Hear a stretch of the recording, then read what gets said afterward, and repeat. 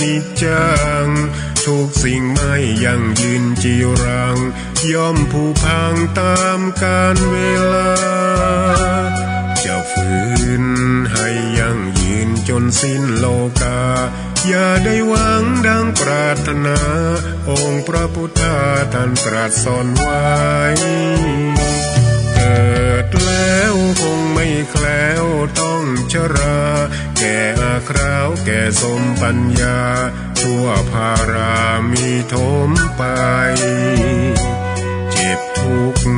ย่อมเวียนวนมีพ้นใครๆสัตว์โลกล้วนรู้แน่แก่ใจเกิดแก่เจ็บตายหลีกไปไม่พ้นใครหลงคิดหลงติดอัตตาว่าใจแจ้งกมลแม้นใครปลงได้คงสุขล้นชีวิตมีมองมนเกิดมาเป็นคนสมบูรณ์ดับหายเพียงร่างกายไว้ชีวาแต่กุศลผลกรรมทำมาย่อมแปลงค่ากลายเป็นทุนส่งผลให้ทุกคนเวียนวนไม่สูญสุขและทุกข์เป็นไปตามทุนที่พวกคุณได้ก่อทำมา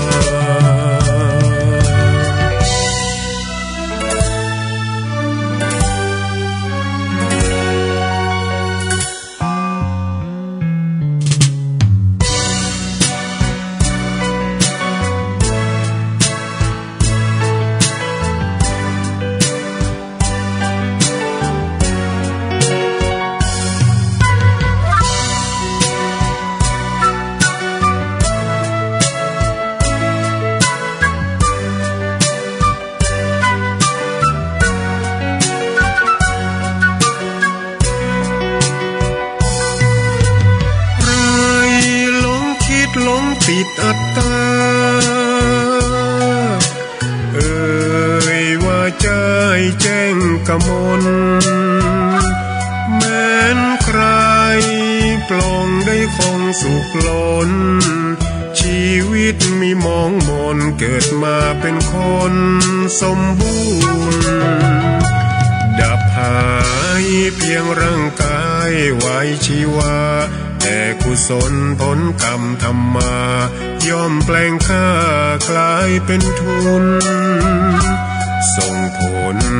ให้ทุกคนเวียนวนไม่สูญสุขและทุกข์เป็นไปตามทุนที่พวกคุณได้ก่อทำมา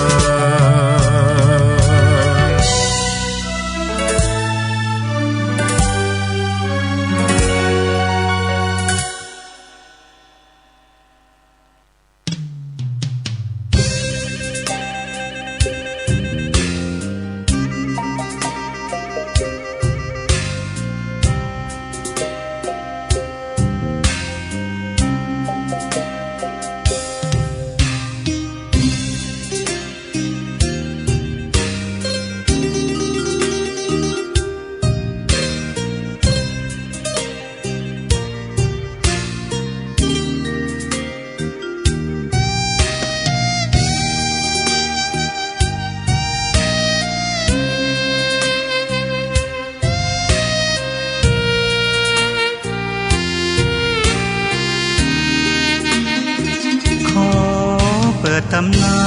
น1,300 กว่าปีแม่จามเทวีสร้างพระเจดีย์ที่วัดดอยน้อยพร้อมเจดีย์โค้งอีกองค์เคียงคู่อยู่ดอยสลับก้อนหินใหญ่น้อยร้อยเรียงน่าอัศจรรย์พระธาตุสีทองแงนมองฝูงพึ่งทำรังช่างมีมนต์คลังพลังศักดิ์สิทธิ์บนนั้นกล่าวคำไหว้สากราบสักการะคนลุกคนชันสัมผัสถึงสายสัมพันธ์ข คงเป็นลูกหลานเคยร่วมสร้างบุญวัดดอยน้อยอยู่กลางยอดดอยโรยต่ออำเภอดอยเหล่าเขตติดต่อป่าสางลำพูนเดินทางปลอดภัยจากเชียงใหม่หรือสายลำพูนยินดีต้อนรับนักบุญมาร่วมสร้างทานบารมีตี3 ตี 4เปิดสถานีฟังตุลุงยองนักเทศเสียงทองชื่อเสียงดังก้องทั่วฟ้าธานีตัวจริงเสียงจริงวัดดอยน้อยแม่จามเทวีต้อนรับญาติโยมที่มีจิตศรัทธามาร่วมสร้างบุญ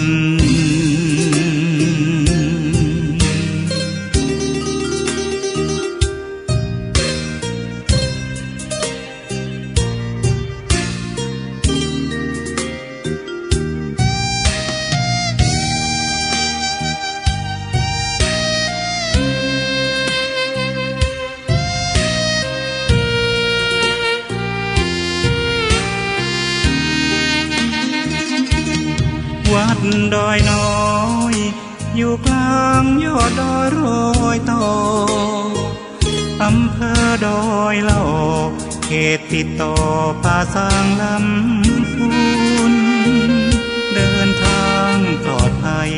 จากเชียงใหม่หรือสายลำพูนยินดีต้อนรับนักบุญมาร่วมสร้างทานบารมี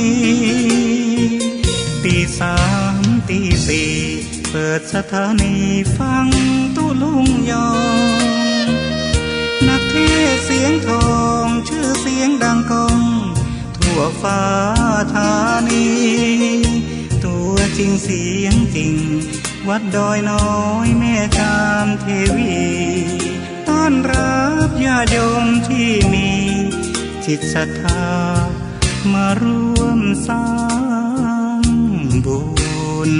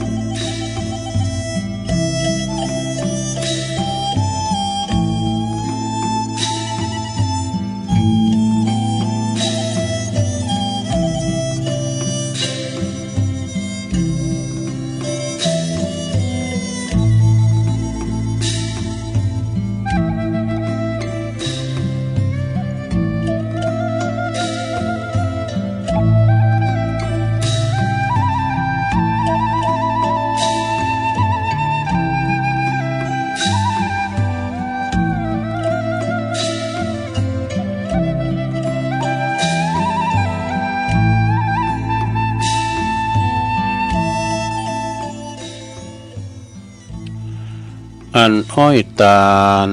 หวานลิ้นแล้วสิ้นซากแต่ลมปากหวานหูไม่รู้หายถึงเจ็บอื่นหมื่นแสนก็แคลนคลายมิอาจหายเหมือนเหน็บให้เจ็บใจ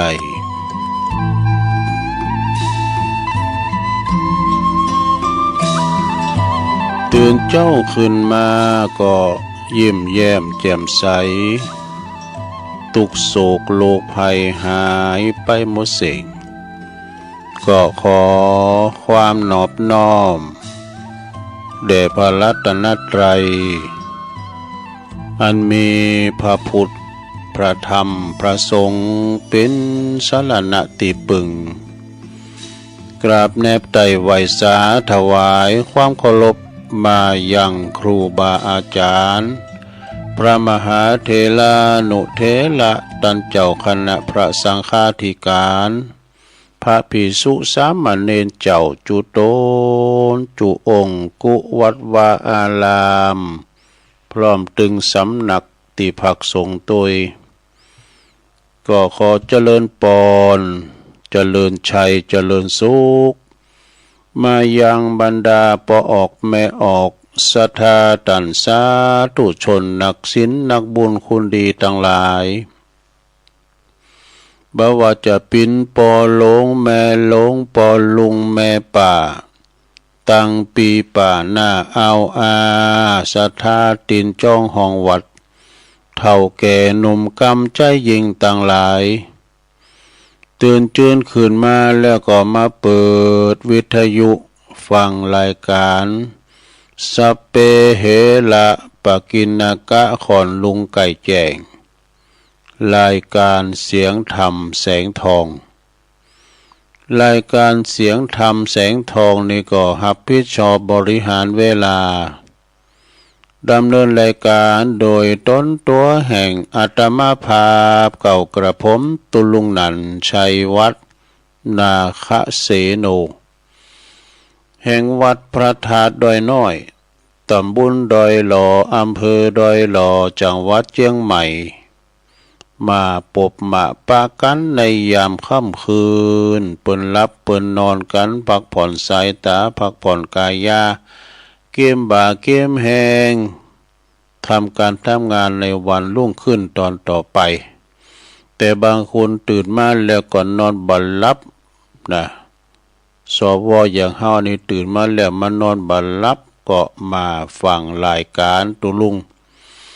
เปิดเป็นการข่าเวลารอเวลาเหือมันแจงตีนฝ้ายยกลุงสังของวันใหม่ก็คอยลุกเด้อมันเจ้าอยู่ตุลุงตื่นมาแล้วก็เสาะหาสิ่งละอันพันละน้อยนะมานำเสนอเอามรดกธรรมพองก้าปืนเมืองเอาคติธรรมก็เอาชาดกนะนิทานธรรมพองนะ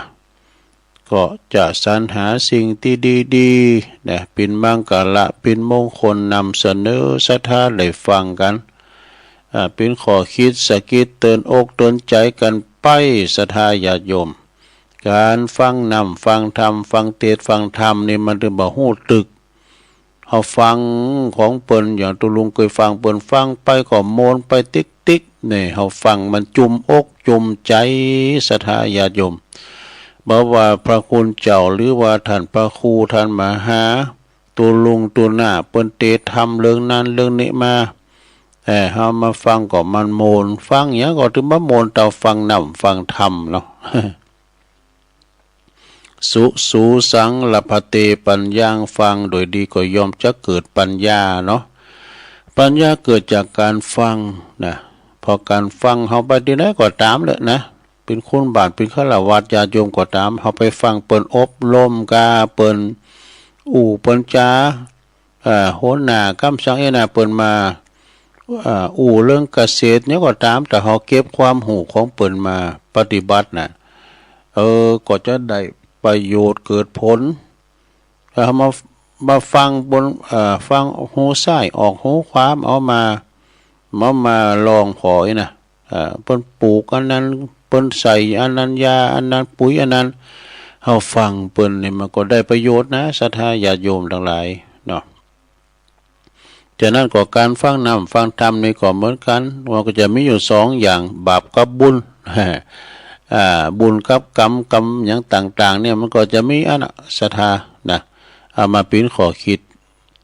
แต่พิจารณาเตือนอกเตือนใจไปเนาะละก่อนอื่นที่ตุลงจะเอ่ยไปตั้งคืนบุญแห่งสถานีแต่ละคืนที่เปิ้นมีบุญต่อโสตประสาทหูเฮาอดตาหลับขับตานอนกันมีเปิ้นเฮาก็ได้ยินออกนะเอาตุลุงจะได้ไหวพระกันเด้อเป็นคำหลบแหลกเนาะพร้อมแล้วก็กราบหนึ่งกราบสองกราบสามอิมินาสกาเลนะ พุทธังอภิปูชยามาอิมินาสกาเลนะธัมมังอภิปูชยามาอิมินาสกาเลนะสังฆังอภิปูชยามาอะระหังสัมมาสัมพุทโธภะคะวาพุทธังภะคะวันตังอภิวาเทมิสวากขาโตภะคะวะตาธัมโมธัมมังนะมัสสามิสุปฏิปันโนภะคะวะโตสาวกสังโฆสังฆังนะมามินะโมตัสสะภะคะวะโตอะระหะโตสัมมาสัมพุทธัสสะนะโมตัสสะภะคะวะโตอะระหะโตสัมมาสัมพุทธัสสะนะโมตัสสะภะคะวะโตอะระหะโตสัมมาสัมพุทธัสสะ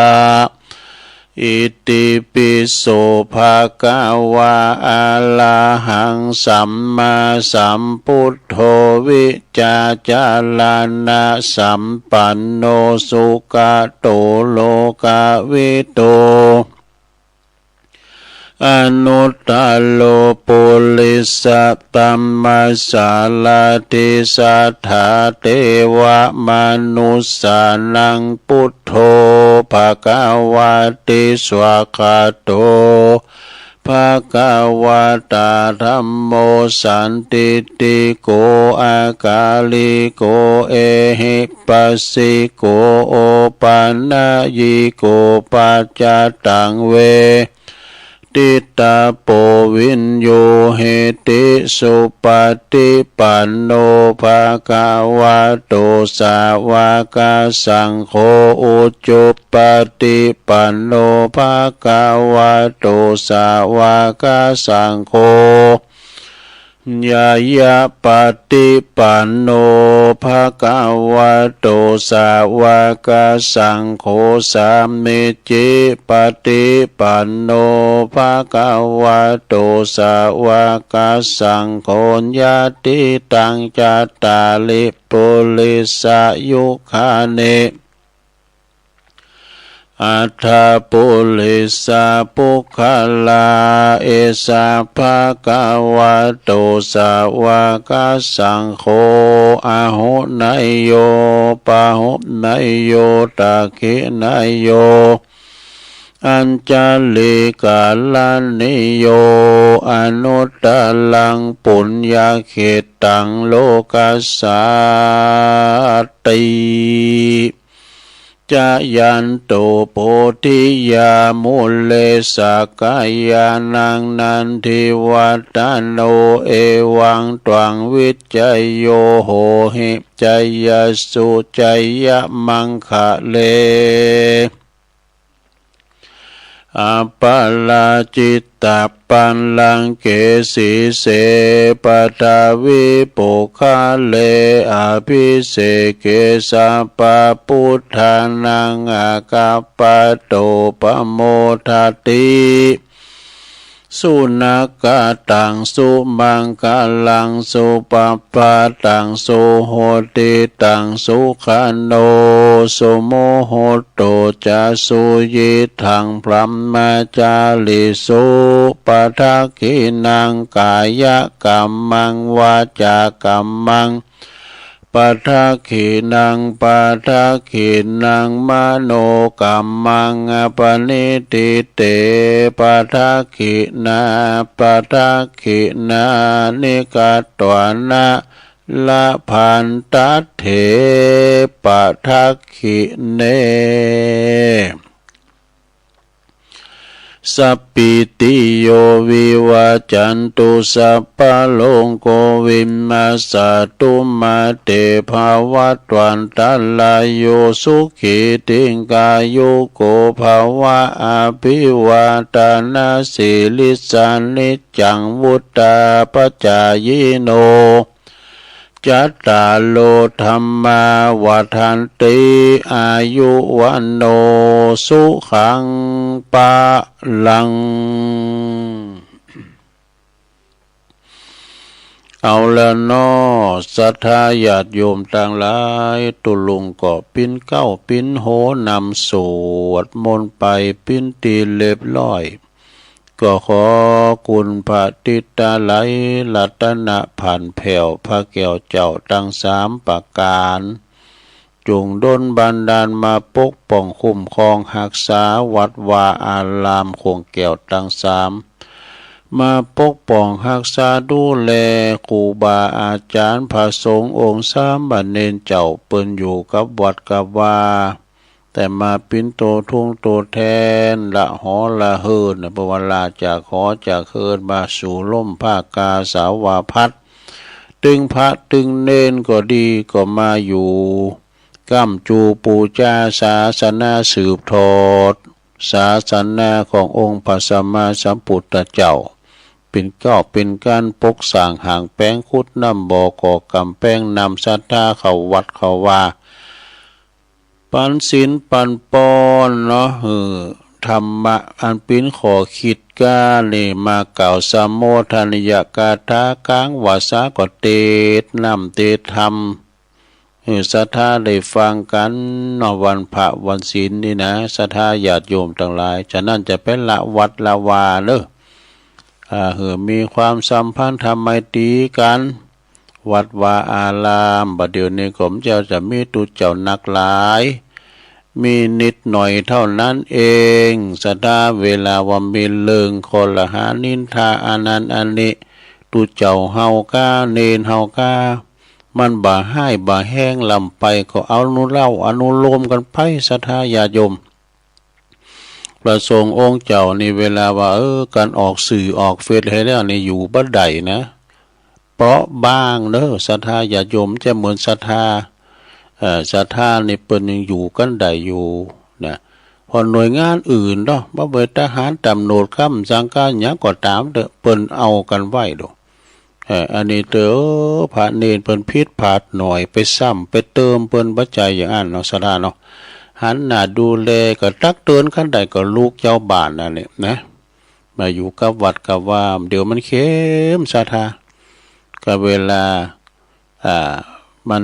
มันบ่มีตุภะเนี่ยนะมันก็จะทำบุญทำพิธีกรรมต่างๆก็ยากเนาะ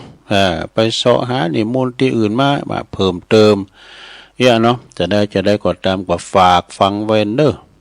รัตนะดวงที่สามก็คือพระสงฆ์องค์เนรเนี่ยนะเขาเข้าวัดเข้าว่าหันผ้าเหลืองเปิ้นตากในเหลืองหามันโมนอกโมนใจซะนะพระเนรสัมตุนเปิ้นก็ฮ้อนแห้งนะโอ้บานห้าโหบานห้าก็จะมีปอห้าก็มีแม่ให้สุมาเด้อยุ่มแล้วก็ไปกับศรัทธาเนี่ยมันง่ายเนาะเอามาคืดวางหาว่าโอ้กว่าที่เปิ้นจะมาปิ้นตุปิ้นผานี่นะเปิ้นศึกษาหำเห็นมาต่อหือเนี่ยว่าตีว่าเฮามาสวดโยโกห้องเนี่ยโธ่อย่างตัวลุงเนี่ยพอมาฝึกสวดมนต์เนี่ยมาฟังตูปอเขาเปิ้นสวดโอ้มันได้กูจะได้อย่างเปิ้นนี่ มันยาวเปิ้นสวดละแต่ประเดี๋ยวนี้ก็มักปอโตเนี่ยนะแต่ว่าเอาโตรอได้อยู่อ่ะนะแต่ว่าได้นักก็ไม่ได้หลายอ่ะเนี่ยศรัทธาฉะนั้นก็บวรวัดบ้านโรงเรียนเจ้าบ้านจอจองตังนี่เขาก็มีความสามัคคีกันพอวัดพอว่าไปละวัดละวากันนะโอ้ถึงไหนอะตุโอ้ก็ย้ำได้สถานนี้ตัว ต่อไปก็จะได้พระตังคืนบุญแห่งสถานีต่างแต่กันเนาะตุลุงก็ขอ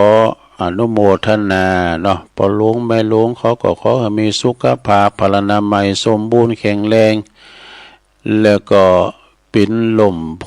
ล่มใสของลูกของหลานกันต่อไปตุลุงก็ขอปิ่นกำลังอกกำลังใจอีปออีแม่ที่เดินเหินไปที่ไหนตั้งใดบ้าใดก็เอาวิทยุปิ้นกูปิ้นกีมไปปอบ้านแม่บ้านก็ดีจะขับรถขับลาก็มีสติก่อนสตาร์ทรถมันหนักมันหลายเดินทางแก้วคาดปลอดภัยตึงขาไปตึงขากลับเนอะขอบคุณสถานีวิทยุในเครือข่ายที่เปิดรับสัญญาณรายการธรรมะทรงเวลาตั้งแต่ตี 3 ถึง 5 โมงดังต่อไปนี้เนอะขอบคุณสถานีวิทยุคลื่นพระพุทธศาสนาการศึกษาและวัฒนธรรมของวัดฝายหินเนอตำบลสุเทพอำเภอเมืองเชียงใหม่ FM 104.50 เมกะเฮิรตซ์โดยเมตตาบารมีธรรมอาจารย์พระครูสมุวิสุวัฒน์วรกิจโจนะองค์ขลุงในเมืองก็ฟังแต่เพลงบักเก่าแห่งความหลังเพลงดังในอดีตมาแล้วนะครอบคลุมกันหมดละขอบคุณสถานีวิทยุคณะสงฆ์อำเภอฝางตั้งอยู่ที่วัดพระพุทธบาทอุดมน้ำบ่อสาวาเนอ FM 88.50 เมกะเฮิรตซ์โดยเมตตาบารมีตามหลวงปู่พระครูสุจิตานุรักษ์หลวงปู่ใหญ่เจ้าคณะอำเภอฝางนะครับเด้อแต่ขอบคุณตุปีเลินโดยรีโมทไปละเรียบร้อยขอบคุณสถานีวิทยุแดนดินถิ่นล้านนาตั้งอยู่ที่บ้านฮงงัวตำบลนำบ่อหลงอำเภอสันปัดตอง FM 103.50 เมกะเฮิรตซ์โดยคุณรุจิสมบัติเงาคำได้ขอบคุณสถานีวิทยุคืนธรรมะของซุ้มโซนวัดห้วยตองซักตำบลขวงเป้าอำเภอจอมทองเนอ FM 98.75 เมกะเฮิรตซ์โดยเมตตาบารมีตามอาจารย์พระครูวาปีวรมานิตเนอโซนไต่สายแต่ก็ฟังตั้งแต่เพลงบักเก่ามาเหมือนกันขอบคุณสถานีวิทยุมนต์เสียงธรรมจากอำเภอแม่แจ่มจังหวัดเชียงใหม่วัดบุปผาราม FM 106.25 เมกะเฮิรตซ์โดยเมตตาบารมีตามหลวงพ่อพระคุณมงคลวิสิทธิ์หลวงพ่อเจ้าคณะอำเภอแม่แจ่มเลยขอบคุณพระประหลัดอุทัยตึงสองอุทัยตุยขอบคุณสถานีวิทยุเล็กเดียวเรดิโอ FM 96.75 เมกะเฮิรตซ์แม่ตั้งอยู่ที่บ้านจงตำบลทุ่งขวาวห้างหุ้นส่วนจำกัดอนุสรณ์เรดิโออำเภอเมืองปานจังหวัดลำปางขอบคุณสถานีวิทยุชุมชนคนเหนือเขื่อนตั้งอยู่ที่บ้านดุงดำอำเภอฮอดจังหวัดเชียงใหม่ FM 90.75 เมกะเฮิรตซ์แล้วขอบคุณสถานีวิทยุวัดบรรพตสถิตเนอจังหวัดลำปาง FM 106.50 เมกะเฮิรตซ์โดยเมตตาบารมีธรรมอาจารย์ท่านพระมหานพดลสุวรรณเมธีและก็ท่านพระมหาสมชาติชาตปัญโย อันนี้ก็ที่กล่าวน้ำมันนี่ก็เป็นคืนสถานีแต่ละคืนศรัทธาญาติโยมต่างหลายกันมีเปิ้นเนาะก็ไม่ได้ยินเนาะเปิ้นก็อดตาลับครับตานอนอย่างเฮาตันต่างหลายเนี่ยเนาะศรัทธาญาติโยมคอยเกาะก้องสัญญาณนำรายการสู่ตันผู้ฟังต่างหลายที่อยู่ตั้งบ้านตั้งจองตั้งหอตั้งเฮินเนาะได้ยินได้ฟังกันได้ฟังแล้วก็จุ่มอกจุ่มใจนะเนาะศรัทธาอันนี้เป็นว่าคนใคร่ในการฟังธรรมะนะเขาก็ฟังไปศรัทธาญาติโยมฟังแล้วเบิ่มกายย่อมจิตย่อมใจเปิ้นเรียกว่าสืบจัตตาเนี่ยสืบจัตตาโต๊ะเก่านะฟังนำฟังธรรมเหมือนกับเขาสืบจัตตาโต๊ะเก่าไปการเฮาบ่ได้ยินก็โหยหาหรือมันสมดุลกันเนาะศรัทธาญาติโยมไปเกิดต่างที่ต่างถิ่นต่างแดนสมมุติไปเกิดตั้งนอกประเทศเนี่ยเนาะโอ้ยใครฟังน้ำฟังธรรมแต่บ้านนั้นเมืองนั้นเปิ้นมีพุทธศาสนาเฮาก็บ่ได้ฟังหาฟังแสนอยากเนาะเวลาพร้อมแล้วทุกเจ้าก็พร้อมที่จะตีแต่มีคนฟังเนี่ยมันก็ผสมดุลกันมีตึงคุณฟังมีตึงตุนตีดนี่มันเพาะเม่นกันพองเนาะ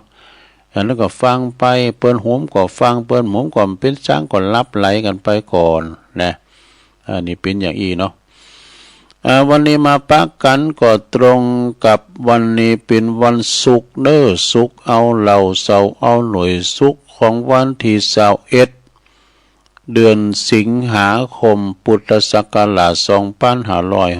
2569นะวันนี้หนึ่งเป็นวันศีลด้วยนะลงเด้อเป็นวันศีลวันพระวันศีลเดือน10ขึ้นมานี่8ค่ำวันนี้เป็นวันพระวันศีลจะถ้าญาติโยมบางคนก็ตื่นจืนขึ้นมาแล้วหุงหาอาหารทำสำหรับครับเขาจะไปวัดไปวาเก็บดอกไม้ดอกม่อนมาตะเมื่อตะว่าแล้ว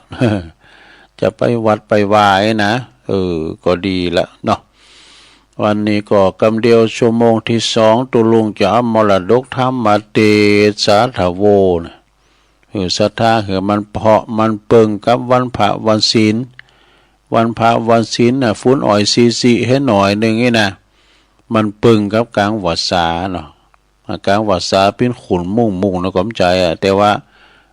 มันมืดมากรรมมันฟ้าห้องมากรรมมันก็ลึงเดียวหายแซบเนี่ยตกมาหมอกแผ่นดินลายเนี่ยซุยเหมือนโกมันเสียง คือนี่ออกไปต่างนอกห้องส่งเนี่ยก็เดินแจงวะเดินแจงนะเต็มเดี๋ยวนี้ไม่ได้ลุงจากห้องส่งสักคำเตอจะแจงหมดเลยนะดาวติมฟ้าจ้ะเอาละเนาะเมื่อมาปะกันแล้วก็บ่เหือกาดแก้วเสเวลาก็นำปลาเอาอันทำสาถาโวกรรมมานี่1ผูกอันนี้เป็นธรรมของท่านพระอาจารย์สมเพชรปัญญาโนวัดป่าไผ่บ่อทองเนิ่นนาเปิ้นนำมาถวายตั้งแต่6 พฤษภาคม 64แล้วดู เอามาเตดแล้วเด้อเป็นธรรมเรื่องขันธ์ห้าเด้อซะนะเด้อเป็นขันธ์ห้ามันมีสังปะล่ำก็ลองฟังกันพอนะซะนะก็สอนอกสอนใจบางคนก็ว่าตุนได้มาออกรายการก็กะเลิงตายนะ อันนั้นมันเป็นประกอบสิ่งประกอบรู้ซะนะเอาน้อมระลึกนึกถึงความตายอาจจะมาแก่ตนเปเรียกว่ามรณสตินะมีความกึดตึงถึงความตายอาจจะมาหาโต๊ะเก่าก็มันจะเป็นการเตือนโต๊ะเก่าว่าจะไปประมาทเด้อมันกินมันตานไปเด้ออีนะสอหาแคหาไม่ตายสองมากาหุนตั้งไปตั้งหน้าสอหาปาไทยยังเข่าหอไปตั้งหน้าอย่างกันเนาะอย่างวันนี้วันศีลไปก็สอเข่าหอละเข่าหอก้าหอ1หอเดียวไปวัดเนี่ยนะ ฉะนั้นก็เกมอกเกมใจมันจะว่าตุลุงเขาเนี่ยมาก็เรื่องตายก็มันก็ตึงตายเหมือนกันหมดศรัทธาญาติโยมทั้งหลายเฒ่าว่าหนุ่มว่าก็ตายเหมือนกันหมดแม้แต่ตัวเจ้าก็ยังมรณภาพดูปีนี้เป็นปีม้วยเพราะว่าอย่างก็ปีม้วยสมันนะเด็กมันเท็ดกันมาเนี่ยดูตอนที่หูก็มีท่านพระครูพิทักษ์ธรรมมาก่อนอันนี้เปิ้นกาละมรณะเนอะอันนี้เปิ้นมดห่อเข่าแต่เปิ้นเรียกว่าเสียงอายุไขนะ84เนี่ยนะศรัทธาญาติโยมเนาะตุลุงวัดบันเจมเนี่ยลูกหันมาเหมือนนั้นก่อนตุลุงวิวัฒน์นะวัดป่าตั้นเจริญธรรมใน60เก่าก็ได้นะเนี่ยป่าเต้นเมืองจีเนี่ยนะตุลุงวิวัฒน์เนี่ยเนาะตั้งแม่สาวตั้งแม่อายเพื่อรู้เนี่ยเราตู้เจ้าเพื่อก็มรณภาพปมหาอนุพันธ์อารามป่ากล้วยเนี่ยดูแล้วก็น้องแล้วหลวงพ่อจำเนียนเนี่ยมรณภาพในสถานเนี่ยก็เดียวกันประกาศเนาะเนี่ยสถานญาติโยมนั่นแหละรู้เจ้าก็ยังมรณภาพนะไผจะไปอยู่กำฝ่าเนาะ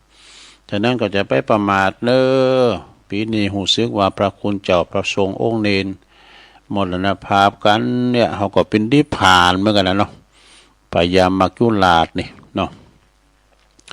เอาฟังขันหากันนะลงเด้อจะตั้งนะโมก่อนนะวันนี้ถึง2ระบบมีทั้งระบบ FM และ AM แห้งชามน้ำชามอันนี้เป็นณโอกาสบัดนี้ก็เดี๋ยวจะเป็นสาถาโวเนาะมันเพาะมันเปิงกับวันศีลเนาะอ้าวจะว่าทำก่อน นะโมตัสสะภะคะวะโตอะระหะโตสัมมาสัมพุทธัสสะนะโมตัสสะภะคะวะโตอะระหะโตสัมมาสัมพุทธัสสะนะโมตัสสะภะคะวะโตอะระหะโตสัมมาสัมพุทธัสสะปฏิมังเสตมัตนาติก่อนณโอกาสบัดนี้ตนตัวแห่งอาตมาภาพก็จะได้นำเอาคติธรรมคำสอนในทางพระพุทธศาสนาเนาะมาจี้แจงแถลงไขให้แก่บรรดาพอออกไม่ออกศรัทธาตันสาธุชนนักศีลนักบุญทั้งหลายเพิ่มเติมความเสริมความหูนะความเข้าใจในสารธรรมอันจะเป็นต่างน้อมนำให้เกิดศรัทธาประสาทความปราโมทย์นะก็เกิดประโยชน์แก่ชีวิตความจริงการฟังธรรมเป็นการเพิ่มอาหารใจปรุงใจแต่กันเนาะอาหารกายนี่เขาก็บำรุงปนเปื้อมากินกันมาวัน2 ขับ3 ขับถึงวันอาหารใจก็คือธรรมะนั่นเองสิ่งที่นำมาสังเกตน่าคิดเนอะเพิ่นว่านะคนอื่นจะคิดหรือไม่ก็บ่ฮู้ได้คือเวลาว่าอยู่ดีกินได้บ่มีโรคภัยไข้เจ็บบ่มีโรคภัยมาเบียดเบนสุขภาพกายสุขภาพใจสมบูรณ์แข็งแรงดีนี่นะท่านพออยู่พอกินเนี่ยก็บ่มีภัยไข้ไปสนใจการทำบุญส่วนด้านฟังเทศกันสักเท่าใดนะเขาวัดเขาวาตือนะหรือจะมีก็มีน้อยมากเช่นการทำบุญวันเกิดก็สืบชะตาก็โดยเฉพาะกับคนปื้นเมืองเฮานี่ถึงวันเกิดแฮปปี้เบิร์ธเดย์ก็ตามเถอะวันอันยังก็ตามเถอะก็อย่างอันทำเป็นพิธีไปวะนะ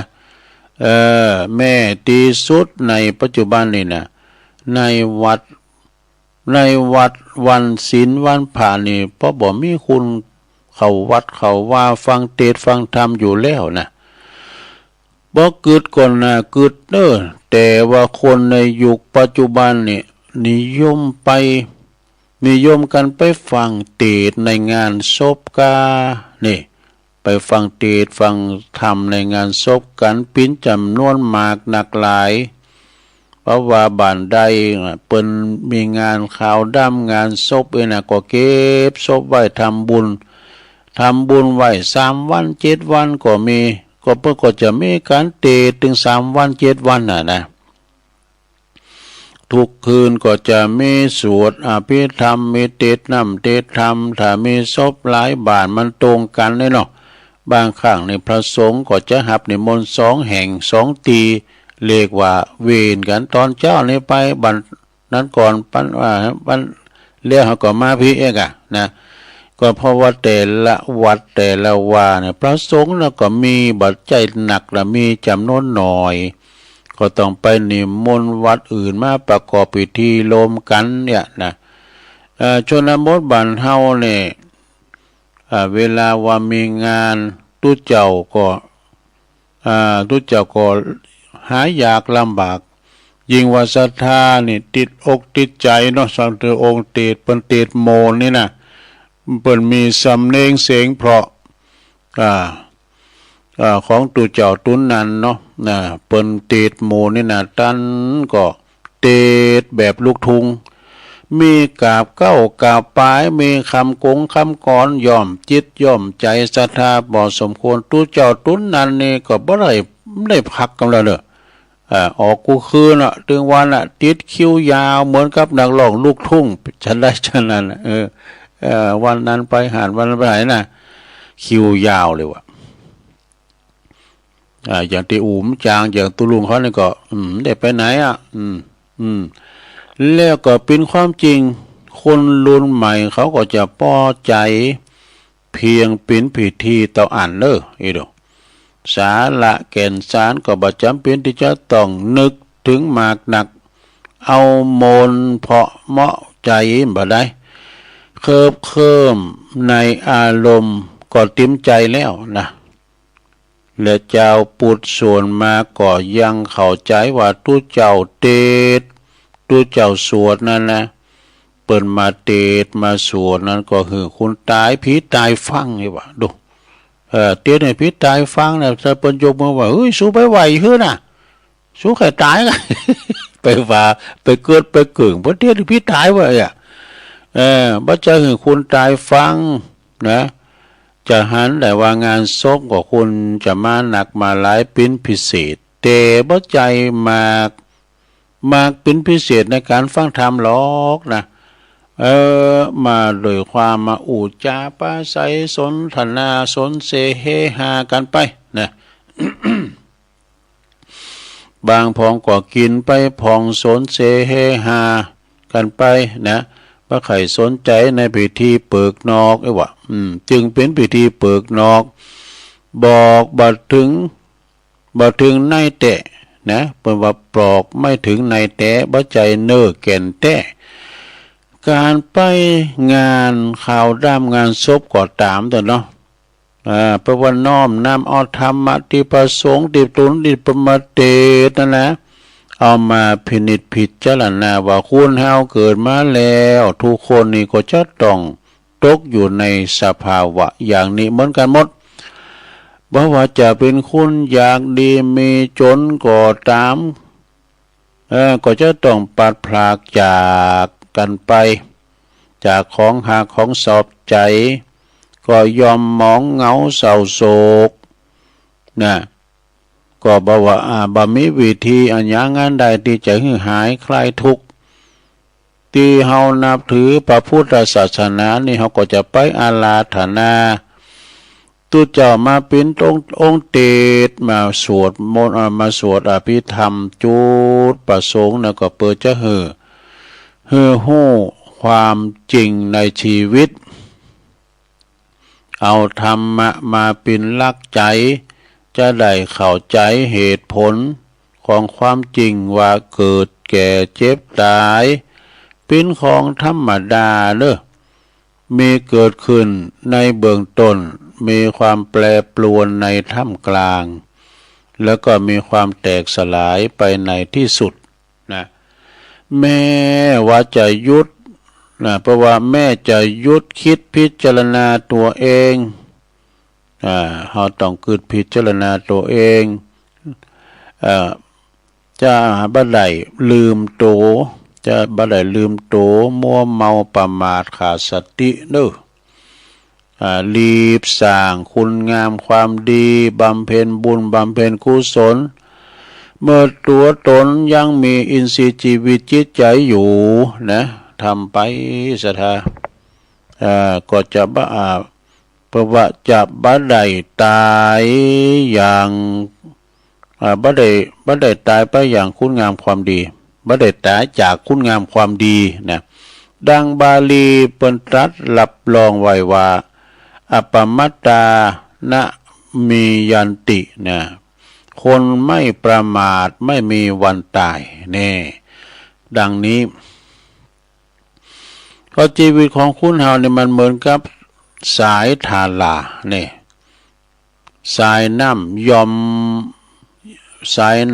อมค่อยๆเหือดแห้งไปทีละน้อยวะนะเอาจากการเป็นหนุ่มเป็นสาวแก่เฒ่าชราและมรณะไปเป็นที่สุดดุจสายน้ำที่ไหลล่องไปจะบ่ไหลย้อนกลับคืนมาอีกนะพระพุทธเจ้าเปิ้นได้ทรงอุปมาเปรียบเทียบชีวิตสังขารไว้สังขารประกอบไปด้วยขันธ์ห้าเด้อขันธ์ห้ามีหยังพองมีรูปเวทนาสัญญาสังขารแล้วก็วิญญาณนี่ลองเอารูปนี่มาก่อนเนาะมายกเป็นตัวอย่างมาเปรียบเทียบรูปนี่เปรียบเหมือนฟองน้ำนี่เหมือนฟองน้ำธรรมดาฟองน้ำนี่จะปรากฏขึ้นในขณะที่น้ำน้องเนาะ แล้วจะไม่แตกน้ำจะแตกกันเป็นฟองไหลพลองไปนะไปตามกระแสน้ำนะน้ำที่มันจะแตกฟองนะพอก้อยดูก่อนหน้าเพลินตาแต่ก็ปรากฏอยู่ชั่วขณะแล้วก็จะแตกดับหายไปนี่อันนี้คือรูปนะต่อไปเวทนานี่ก็จะเหมือนต่อมน้ำแล้วต่อมน้ำธรรมดาต่อมน้ำหยา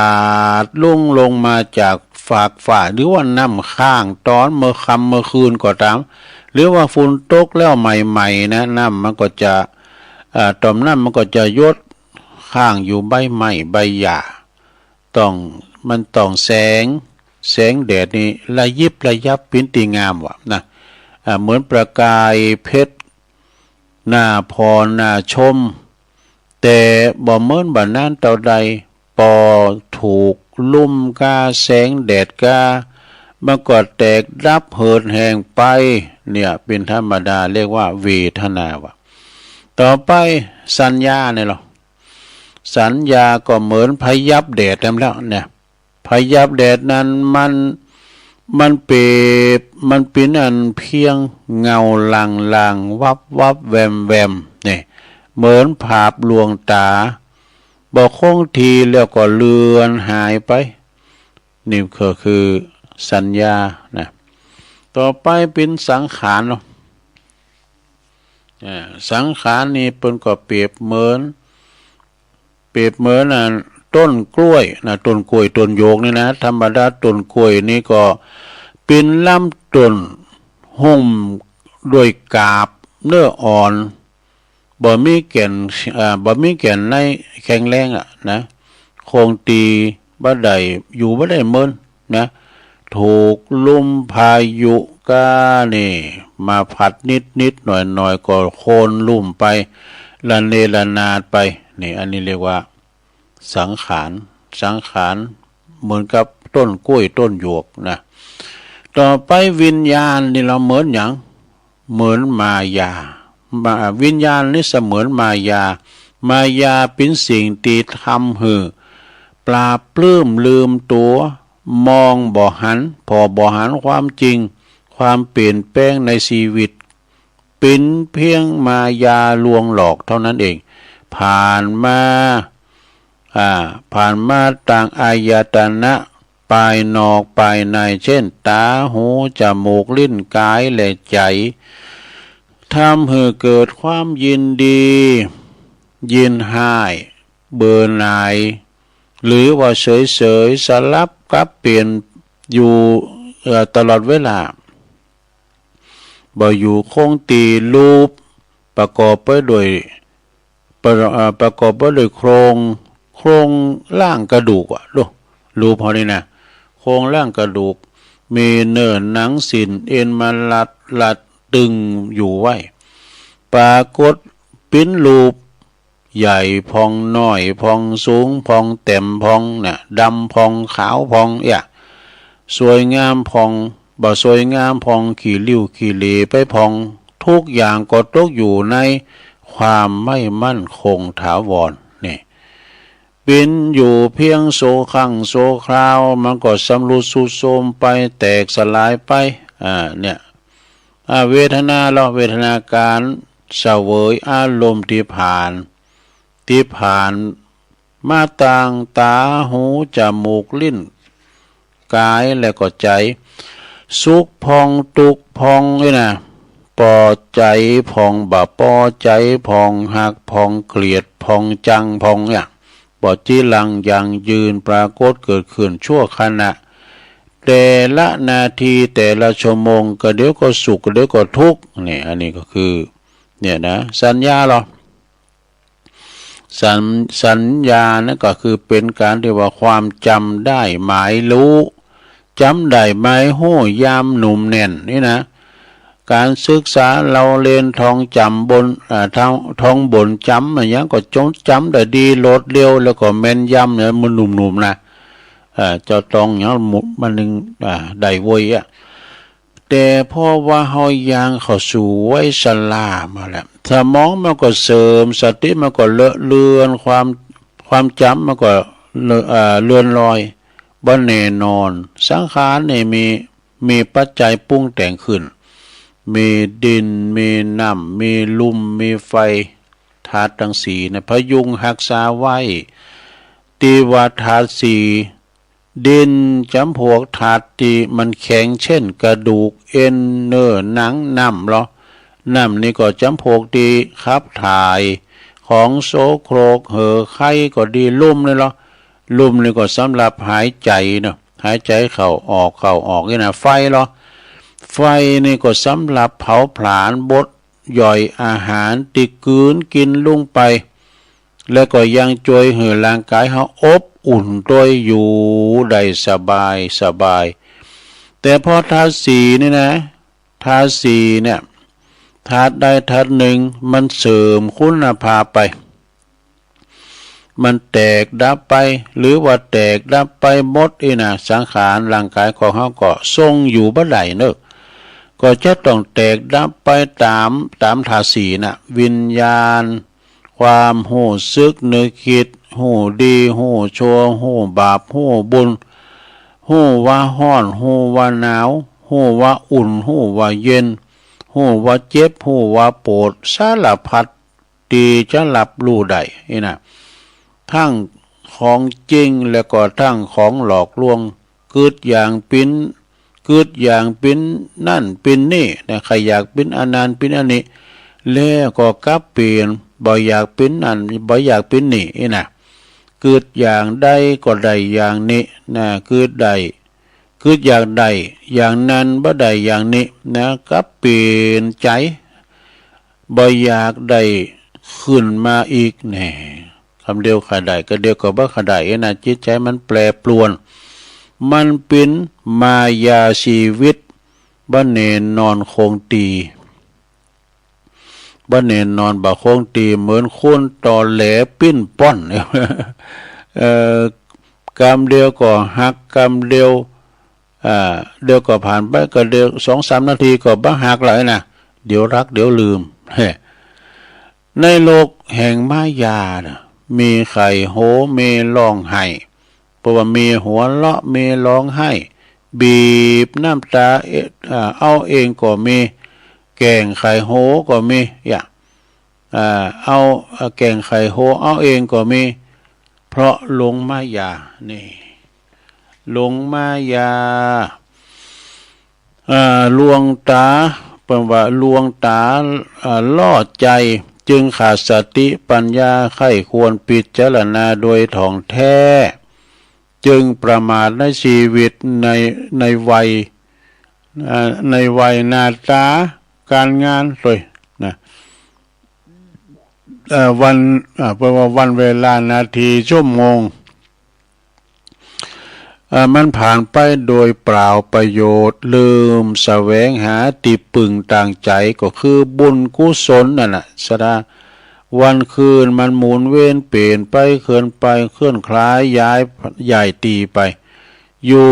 อย่างเพราะว่าอยู่ทุกเวลานาทีนะเวลามันเปลี่ยนไปทีๆนะมันถอยกลับนับถอยหลังแล้วพร้อมกับนำปาชีวิตของคุณเฮาและสัตว์เนี่ยเพื่อแก่ไปชรามรณะไป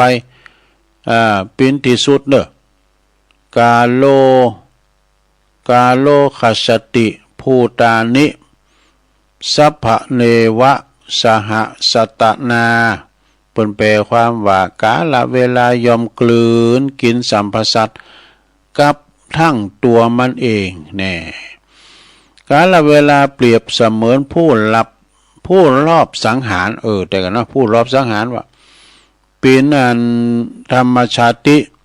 เป็นธรรมชาติเนาะผู้สร้างแล้วก็ผู้ทำลายเนี่ยการเวลานะเป็นตึงผู้สร้างเป็นตึงผู้ทำลาย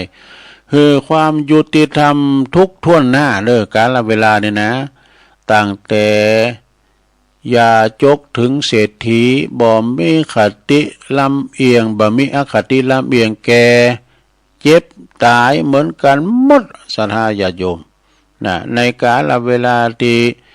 มีกาสำหรับคนที่มีสติปัญญาเนอะรอบรู้ความเกิดแก่เกิดดับแตกดับนี่นะความบ่เต็งแต่แน่นอนของชีวิตสำหรับคนโฉดเขลาเบาปัญญาขาดศีลธรรมก็ยอมบ่ฮู้เตาตันความเปลี่ยนแปลงของโลกและชีวิตเนอะบ่ฮู้คุณค่าของเวลามีแต่มกมุ่นมัวเมายอมโศกเศร้าเสียใจในภายหลังนะโยจะวัสสะตังสีเวอะปัสสังอุทธยัพพยังเอกาหังชีวิตังไสโยปัสสโตอุทธยัพพยังเนี่ยอันนี้เปิ้นแปลว่ามีอายุอยู่100 ปีป่ายเนี่ยความเกิดความตายบ่ฮู้วันเดียวเด็กหญิงชายนะวันเดียวเด็กหญิงชายหันเกิดตายนะหันเกิดตายนะลูกอ่อนนั่นยิงฮู้ลูกอ่อนนั่นยิงผู้แก่100 ปีปลายเนี่ยก็หมายความว่าบางคนเกิดมาถึงแม้จะเฒ่าจะแก่แล้วนะตาเหลตาฟางหย่อนย่านหนังเหี่ยวหลังกล่องหลังโก้ก็ตามยังถูกอวิชชาความมืดบอดปิดบังก็ยังบ่เจียมสังขารนะยังสอบสนุกสนานนะลื่นเริงนี่นะลื่นเริงชนิดที่ว่าเท่าหูไว้เท่าได้ดอกเท่าศอกกอกไม้ยาเท่าปลาลาหมาเห่าเท่าคุบเขากลางจ้านเท่าหันแก่กินเท่าบินข้างเขาบ่ฮู้ความจริงของชีวิตและสังขารว่า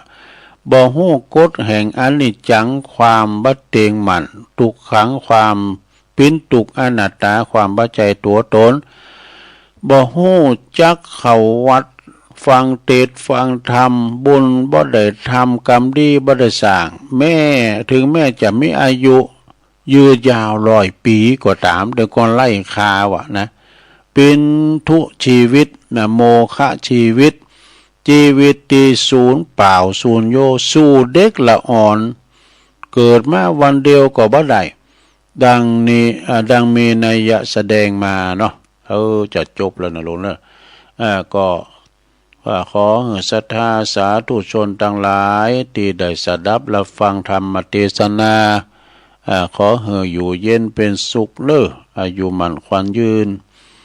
อยู่ไม่มีสลีที่ขาอายุมันยืนยาว120 ขบเขาวาสาปินแดนนันจุงจักเมประสบแต่ความสุขความเจริญทุกทิวาราตีเทินตุลุงได้แสดงพระธรรมเทศนามาก็พอสมควรแก่กาลเวลาก็ขอสมมุติยุติลงปรุงไว้เพียงเท่านี้เอวังก็มีด้วยประกาศนีสาธุสาธุสาธุจบลงไปสาธุญาติโยมธรรมบรรยายเปิ้นเลือจือเปิ้นว่านะธรรมกถาเรื่องขันธ์5กึดพอตัวพองไม่ว่านะเตศบรรยายโวหารสำเนียงปืนเมืองเตศในงานศพหรือว่างานทำบุญอุทิศกุศลเรียบเรียงโดยพระครูอุดมศรัทธาคุณผูกละ20 บาทดูได้รับความเมตตาจากท่านพระอาจารย์สมเพชรปัญญาโนวัดป่าไผ่บ่อทองบุญเนอดอยสะเก็ดนะเปิ้นถวายมาเนาะก็จบลงไปศรัทธาญาติโยมทั้งหลายเอาปอนทำไว้กันเอาปอนทำเสียก่อนสัพปิติโยวิวัจจันตุสัพพะโลโกวินาศตุมาเตภวัตวันตะลายโยสุขีติคายุโกภวะอภิวาทานาสีลิสานิจังวุธาปัจจายโนจัตตาโลธรรมาวัฏันติอายุวันโนสุขังปะลังเอาแล้วสาธุจบชั่วโมงพอดี ก็เดี๋ยวตุลุงยอบอย่างสักกำก่อนเนาะกินน้ำกินน้องกันเดี๋ยวมาอู่กันต่อในชั่วโมงที่2กันต่อไปเจริญปน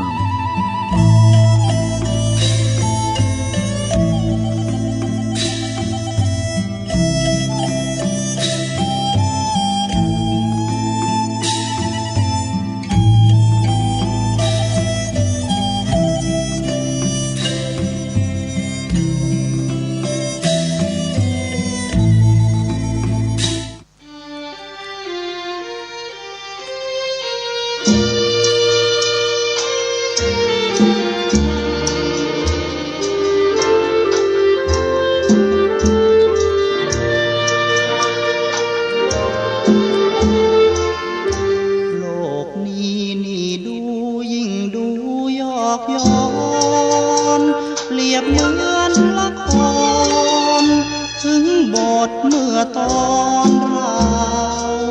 ใจบทบาทลีลาแตกต่างกันไปถึงสูงเพียงใดต่างจบลงไปเหมือนกันเกิดมาต้องตายร่างกายผุพังผู้คนเขาชังคิดยิ่งระวังไว้วันต่างเกิดกันมาร่วมโลกเดียวกันถือผิวช่างพันบางเหยียดยามกันเหลือเกินโลกนี้คือละครบทบาทบางตอนชีวิตยอกย้อนยับเยินชีวิตบางคนรุ่งเรืองจำเริญแสนเพลินเหมือนเดินอยู่บนหนทางวิมานโลกนี้นี่ดูยิ่งดูเศร้าใจชั่วชีวิตวายหมุนเปลี่ยนพันไปเหมือนมารปิดฉากเรื่องร้องผุดผ่องตระการครั้นแล้วไม่นานเปิดผ่านเป็นความเศร้าใจ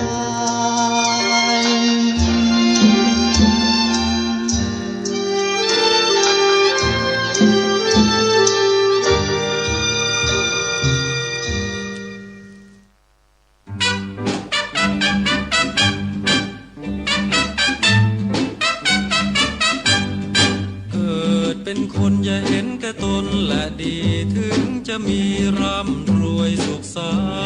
นต์จนหรือมีไม่เป็นที่สำคัญแม้รักกันพึ่งพาอย่าไปตัดไมตรีเกิดมาพึ่งกันผิวพรรณใช่แบ่งศักดิ์ศรีวันนี้เราอยู่คิดดูให้ดีถึงจะจนจะมีอย่าไปสร้างเวรกรรมขืนไปทำชั่วไปอาจต้องใช้กรรมเวรอย่างมงายโลภโลเพราะคงจะเกิดลำเค็ญสร้างบุญพระท่านคงเห็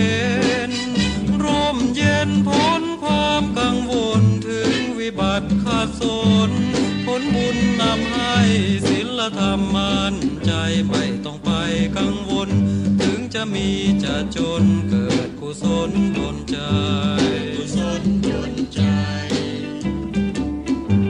พฤษภพกาสอน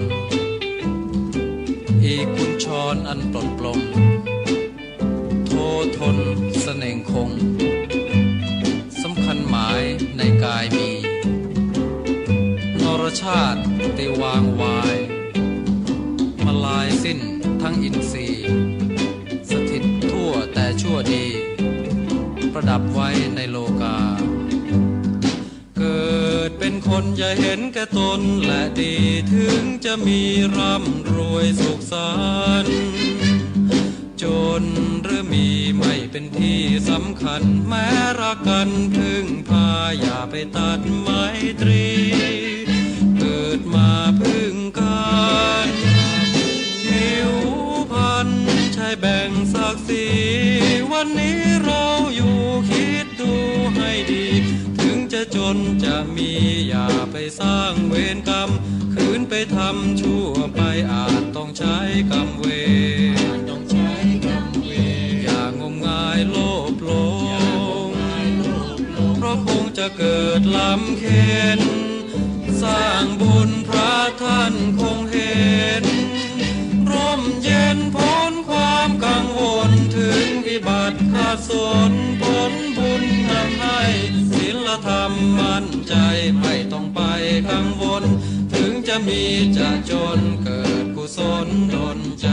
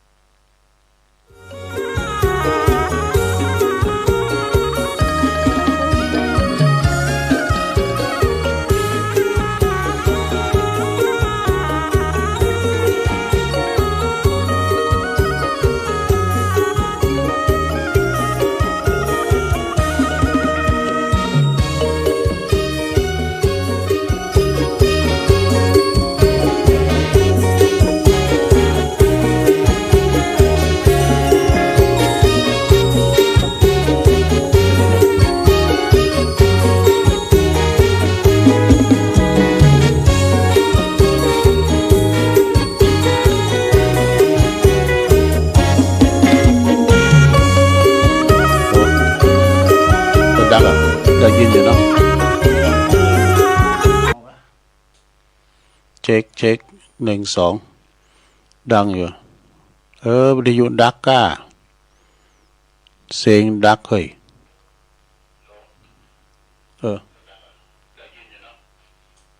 โอ้ดังอยู่เนาะศรัทธาญาติโยมทั้งหลายวิทยุตุลุงก็ดังอยู่เนาะเอาแล้วเนาะตอนนี้ไปตุลุงจะตีทำกันเนอะเอาทำมาหาวินบากเดี๋ยวนะงานดีฉบับเก่าเนอะฉบับเก่าเดี๋ยวจะอธิบายตัวนะฟังน้ำฟังธรรมก่อนนะลงเนอะรัตนธรรมก่อนเพราะนั้นอายรัตนธรรมก่อนป้ายฟังธรรมก่อนเนอะลงเนาะนิพพานังเยนะกะลังลัมมังเยนะกะสายังปันดิโตตังโนมากังอุติสิตุงธรรมมุตตมังปัจจังอาราธานังกะโลมาฟังไปเนอะนะโมตัสสะภะคะวะโตอะระหะโตสัมมาสัมพุทธัสสะอิตังสัทธาสาวัตติยังวิหัลลันโตอุปาทกังนามาเสติกัลลมาลิตังอัลลัมภกะเทศิสาทะโวดุลาสปุลิสัตทั้งหลายศรัทธาอันว่าสัพพัญญูพระพุทธเจ้าตนเป็นคู่แก่โลกทั้งสามเตียนยอมสั่งสอนสัตว์โลกทั้งหลายใจใจ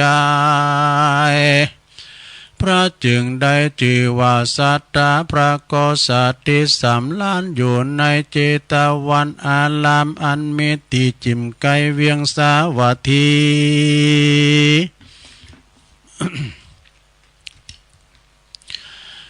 ก็มี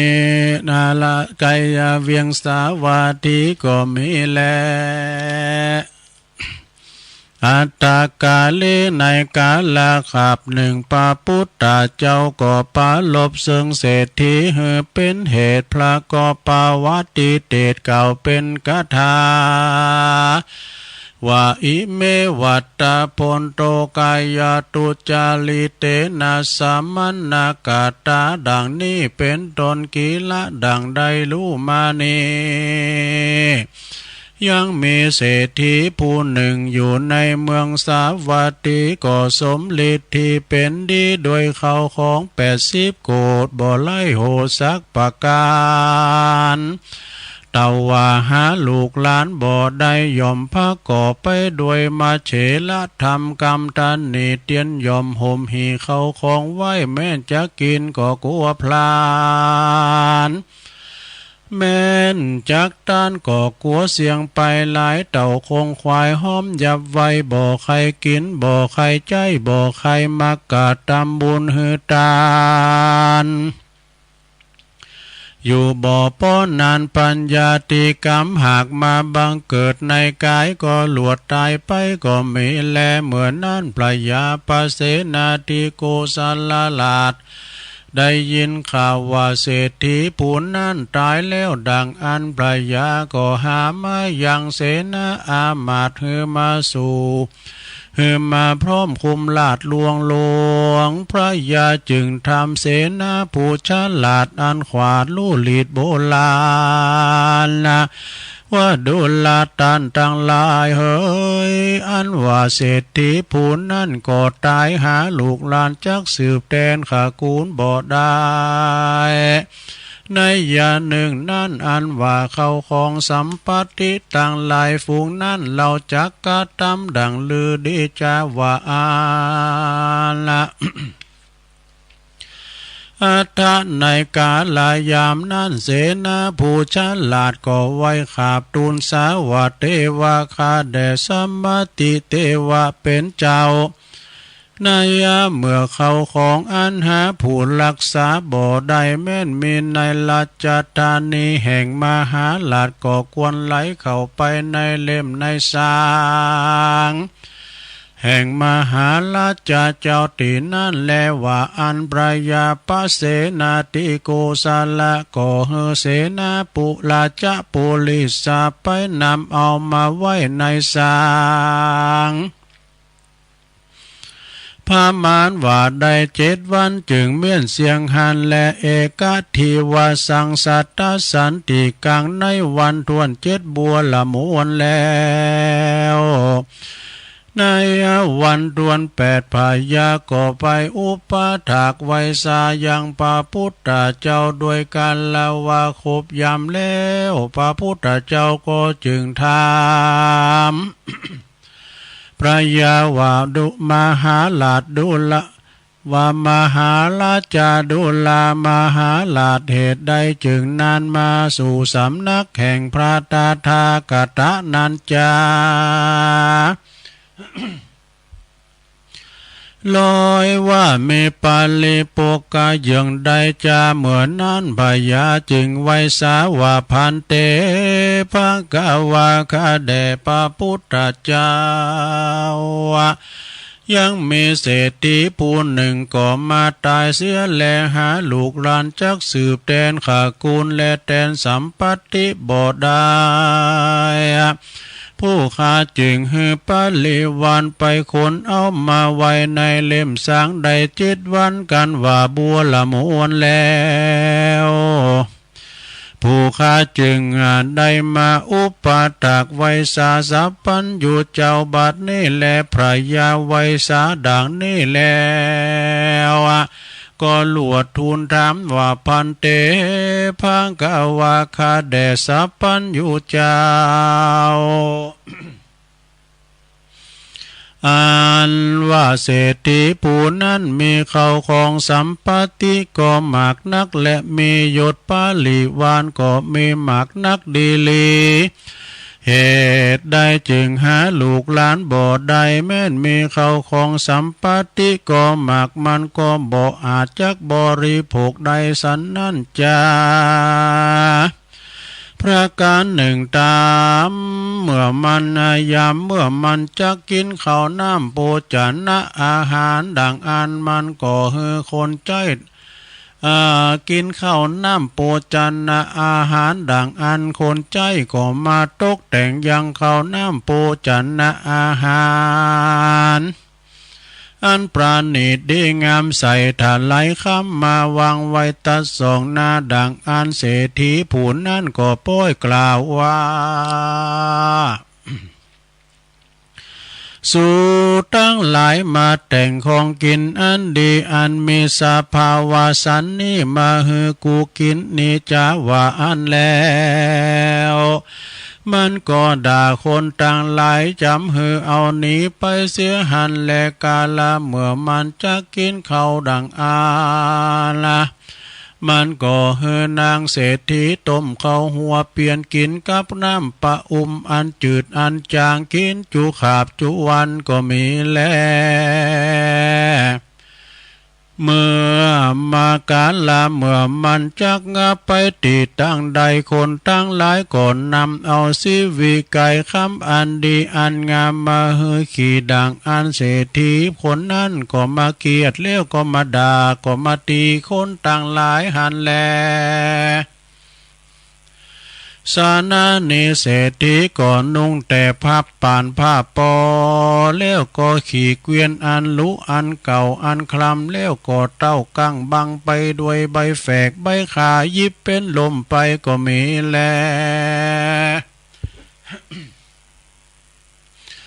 พันเตพังกวากาเดชพระสัพพัญญูเจ้าส่วนอันว่าเศรษฐีผู้นั้นแม้นมีเข้าของก็มาหลายหมักนักมันก็บ่อาจจักบริโภคได้สันนั้นเพราะบาปกรรมอย่างใดจะขอพระเป็นเจ้าจุงเตสนายังบุพกรรมวิบากแห่งเศรษฐีผู้นั้นเฮือแจ้งแก่ผู้ฆ่าตั้งหลายแด่เตอเหมือนนั้นพระพุทธเจ้าก็เทศนาสำแดงยังบุพกรรมวิบากอันเศรษฐีหากได้กาตามมาเฮือแจ้งพระจึงแสงเทศนาว่ามหาราชเศรษฐีกหาปติตักกะลาสิกิปัจเจกสัมมาสัมพุทโธปินติปเตนะปฏิยาเตสิดุลามหาลาภอันวาเศรษฐี ผู้นั้นในกาลเมื่อก่อนมันก็ได้เป็นกาตุ้มปีกผู้หนึ่งก็อยู่ในเมืองปาลานาสีและยังมีในวันหนึ่งมันก็ได้หันพระปัจเจกพุทธเจ้าตนหนึ่งมาชื่อว่าตักกลสิกขีเข้ามาปินที่บาทมันก็ได้ออกปากร้องกล่าวแก่คนตั้งหลายว่าดูลาเปื่อนเจ้าเราตั้งหลายเฮยยังมีเจ้าสลมตนหนึ่งเข้ามาปินที่บาทสู่จุงโอกาสกัดตำบุญหือตานเตอว่าอันแล้วมันก็มาถือเอาพระและควานออกไปสู่ป่าหันแลกาตุ้มปีกผู้นั้นมันหาศรัทธาบ่ได้ส่วนเมียแห่งมันนั่นก็มีใจจมจื่นยินดีมากนักมันก็มากันนิ่งในใจว่าพระปัจเจกเจ้ามาแล้วดังอันกรรมอันนั่นกูก็บ่หอนได้ยินสักเตือกูก็พาถนาใครหือตานและใครไวสาสักกาลาปูจาตุกเมื่อเด็ดดีลีกันว่านางกะนิ่งใจสันนี่แล้วนางก่อนนำเอาข้าวน้ำโปจานะอาหารมาใส่บาตรพระปัจเจกพุทธเจ้าหันแลตัสมิงคันเนในขณะยามนั้นกาตุ้มปีกพูนนั้นก็ไปสู่ป่ากลับมาแล้วมันก็หันเมียแห่งมันตกแต่งดายังข้าวน้ำโปจันนะอาหารมาใส่บาตรแก่พระปัจเจกพุทธเจ้าดังอาละมันก็มากล่าวว่าเจ้าสาโลมเฮยเจ้ายังได้สั่งสักเล็กสักน้อยอันจะว่าอันแล้วมันก็มาไขดูบาทพระปัจเจกเจ้ามันก็หันเข้าว่าปินที่บาทอันเมียมันหากคือตานสันนั่นมันก็มาบังเกิดความกินแนงใจว่าอันว่าข้าวน้ำโปจันนะอาหารอันหันมาป่านสันนี่ดังว่ากูจะกินเสียก็จักเป็นประโยชน์จันนะและอิ่มต้องกูดีลีพี่ว่าเฮือแก่คนกาทำการกูกินเสียก็จักเป็นประโยชน์จันนะอิ่มต้องแห่งกูดีลีบัดนี้ปอยเฮือเจ้าสาลมตนนี่กินเสียเต่านอนลับอยู่บ่ได้อันว่าเขาและอาหารแห่งกูก็จักสิบหายหาประโยชน์จันนะบ่ได้แก่กูสักอันเจ้ากระตุ้มปีกผู้นานะก็มามีความกินแนงใจฉันนี่แลผักการนึ่งนันนาอันว่ากระตุ้มปีกผู้นี้มันก็ได้อาคาลูกปีอายแห่งมันในกาลเมื่อก่อนคือว่ากระตุ้มปีกผู้นี้มันก็มีปีอายผู้หนึ่งอยู่ก็อยู่กินกับด้วยกันหันแลเมื่อปลายลุนกระตุ้มปีกผู้ปีนั่นก็มาเล็งหันยังอานิจจภาวะในการวัดเยาเรือนนะว่าปุนดีตุกปุนดีนายหมากนักมันก็มาสาละวัตถุเขาของตั้งหลายปงปันหรือแก่กระตุ้มปีกผู้น้องแล้วส่วนตัวแห่งมันนั่นก็นี้ไปบวชเป็นฤาษีอยู่ในป่าหิมพานต์ก็มีแล้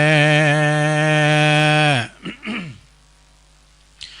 ส่วนอันว่ากาตุ้มปีกผู้น้องก็อยู่กาทำการกาลวัดยอเลือนแตนปีแห่งต้นก็ไม่แลอยู่มาวันหนึ่งอยู่มาบ่อนนั้นเต่าใดเจ้ากุมารน้อยผู้ลูกผู้ปีอายก็จักเดินไปแอวตามขวงบานแล้วก็กล่าวคำว่าดังนี้อันนี้ก็เป็นของปอคาเกวียนเล่มนี้ก็หากเป็นของปอคาและว่าละ ส่วนกระตุ้มปีกผู้อ่าวนั่นก็มันได้ยินกุมารน้อยกล่าวสันนั่นก็มันก็มากะนิ่งในใจว่ากุมารน้อยผู้นี้มันยังหนุ่มยังน้อยแต่ดีลี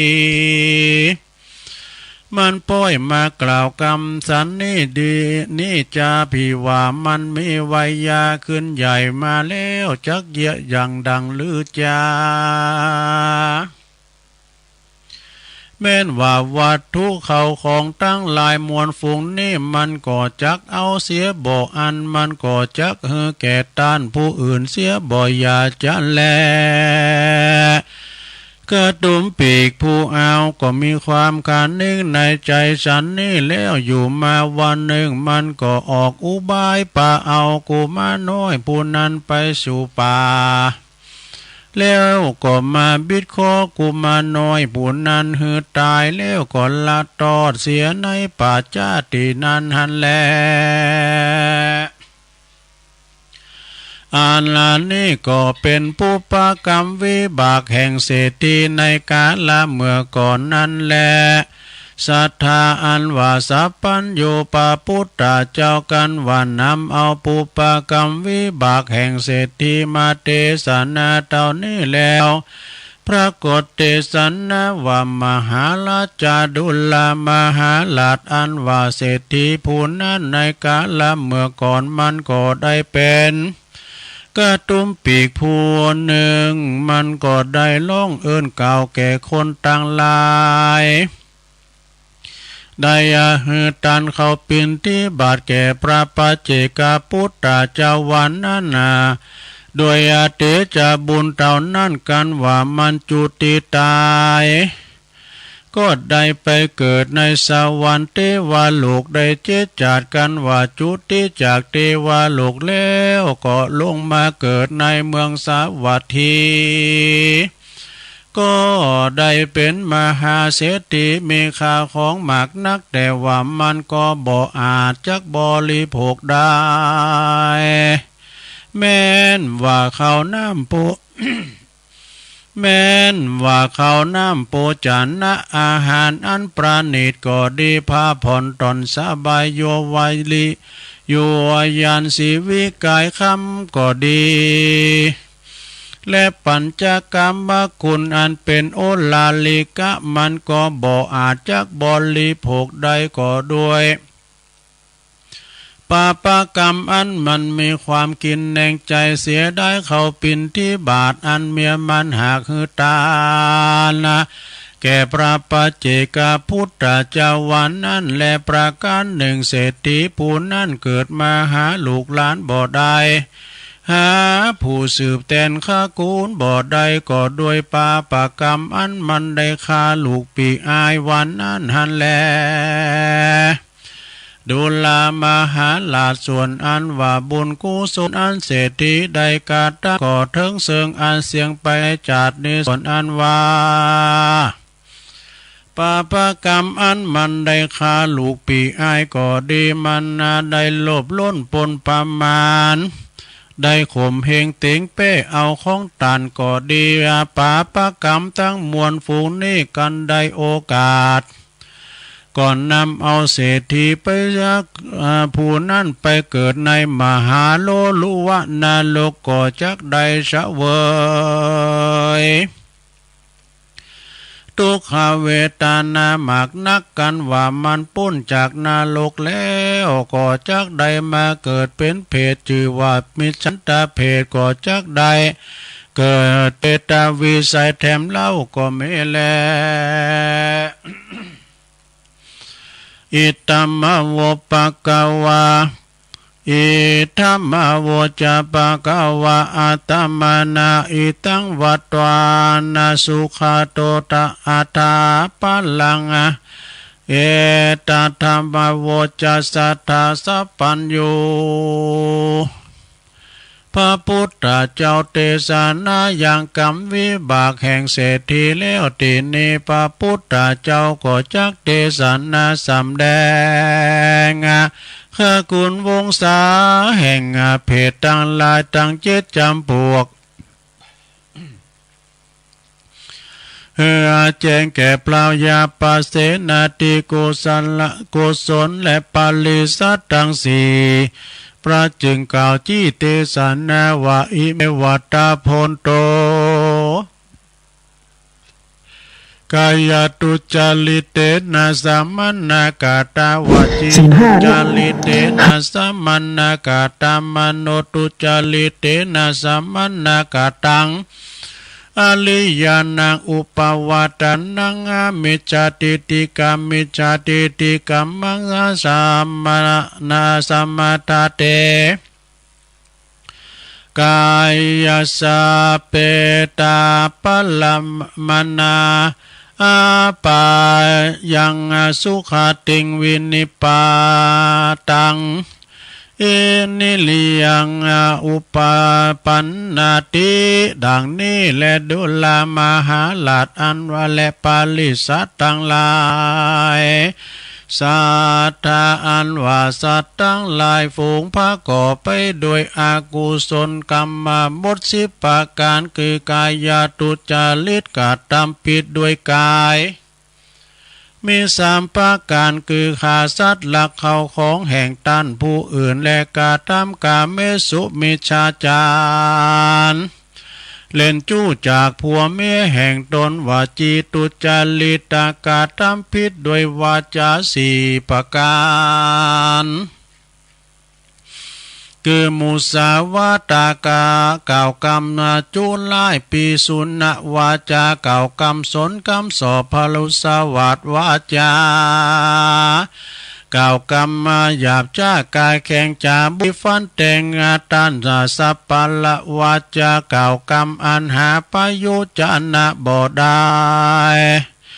เป็นตนว่ากะจมกำแจงติเดียนนินตาเล่าหน้าจาขวัญแห่งตานามโนตุจาริเตนะกะทำผิดด้วยใจมี3ประการคืออาปิญจาโลภเอาของแห่งตันเป็นตนว่าโลภเอาเขาโลภเอาเขตบ้านเขตเรือนเหลือกสนไรนาเขตวัดวาอารามฝูงนี้การตายจากนี้ก็จักใดมาเกิดเป็นวอกเป็นกลางก็มีแลปุกกะละผู้ใดมีกรรมปากจากกาแข็ง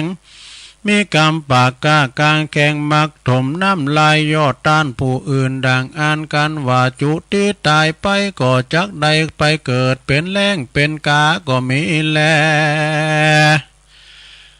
ปุกกะละผู้ใดหากรรมอินดูคุณสัตว์แก่สัตตลิสานบ่อใดอันมีคุณแก่ตนเป็นตนว่าจ้างม้างัวควายก็ดี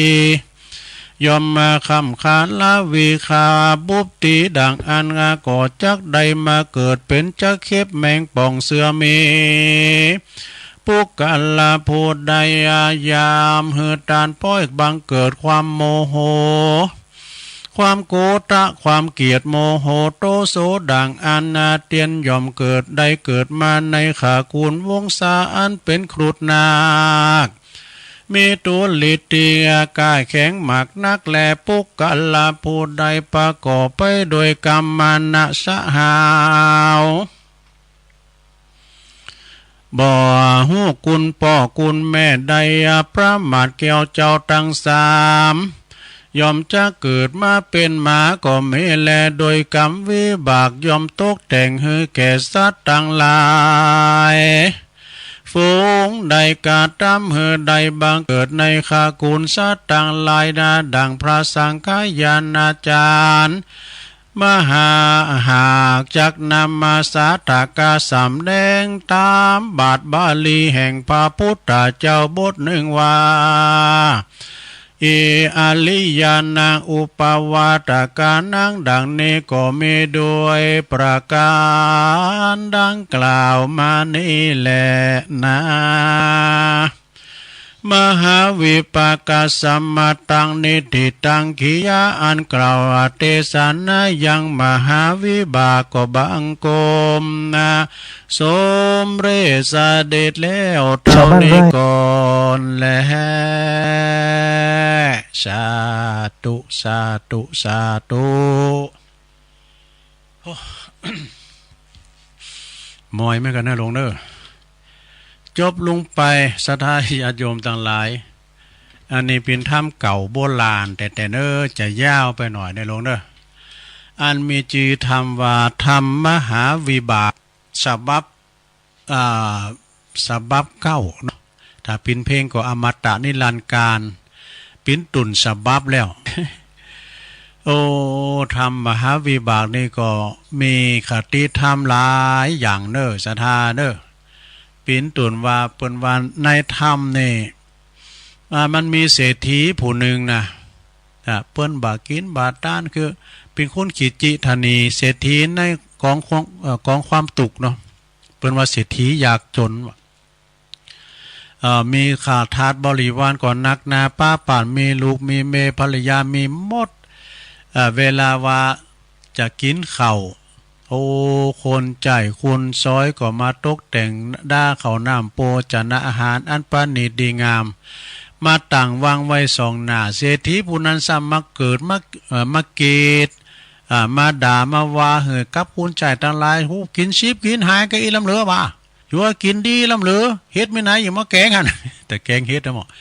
โอ้มันไหวก็โคเขาคงเงินคำสัมปติของข้าก็จะชีพหายก็ให้นะเอาไปเอามา